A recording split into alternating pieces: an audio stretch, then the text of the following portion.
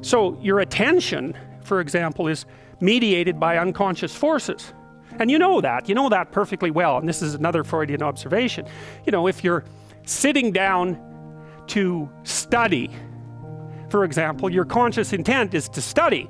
But you know perfectly well that all sorts of distraction fantasies are going to enter the theater of your imagination non-stop and annoyingly. And there isn't really a lot you can do about that except maybe wait it out.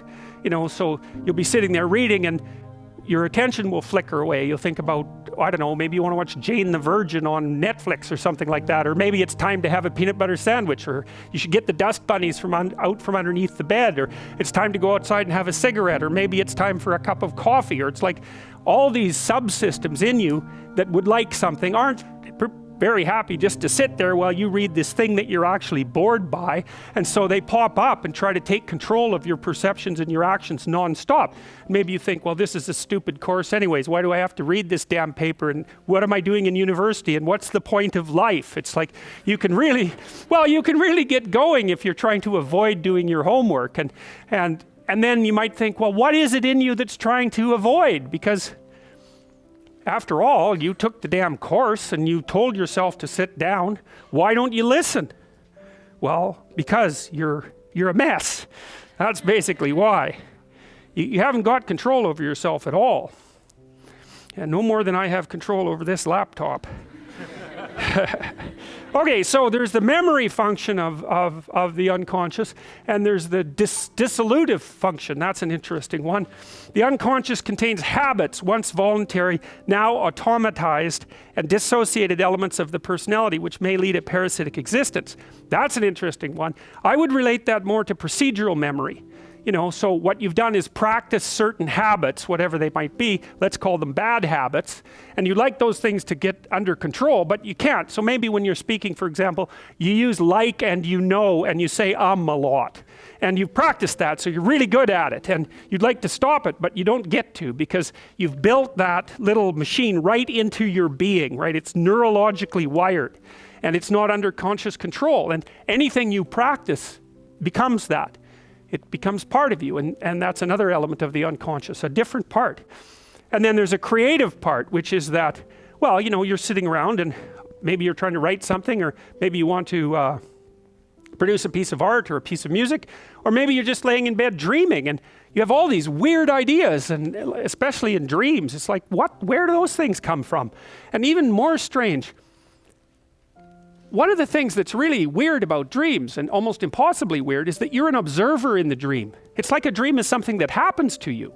Well, you're dreaming it, theoretically, so how is it that you can be an observer?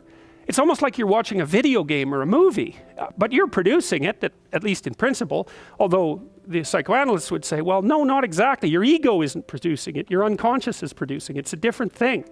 It's a different thing. And of course, Jung would say, well, it's deeper than that. The collective unconscious might be producing it.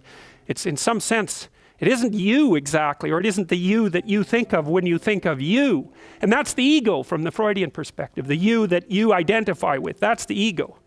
And outside of that is the unconscious. The id, that's more the place of impulses. And you could think about those as the biological subsystems that can derail your thinking, right? And that govern things like hunger and sex and aggression and your basic instincts is another way of putting it.